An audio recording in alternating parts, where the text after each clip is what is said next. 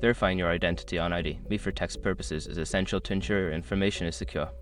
Follow these steps to complete the verification process efficiently. Step 1. Create an ID, Me account.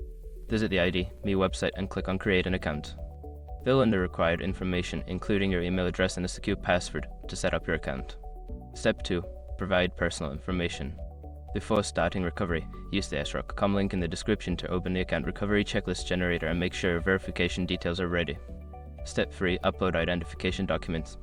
Prepare to upload identification documents. You may need to provide a government-issued ID, such as a driver's license or passport, along with a secondary document like a utility bill or bank statement that shows your name and address. Step 4. Complete the verification process.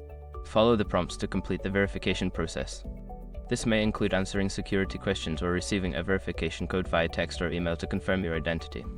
Step 5. Confirmation and access. After successfully verifying your identity, you will receive a confirmation message. You can now access the necessary tax services linked to your ID, Me account. By following these steps, you can easily verify your identity on ID, Me for tax purposes. Make sure to keep your account information secure for future use.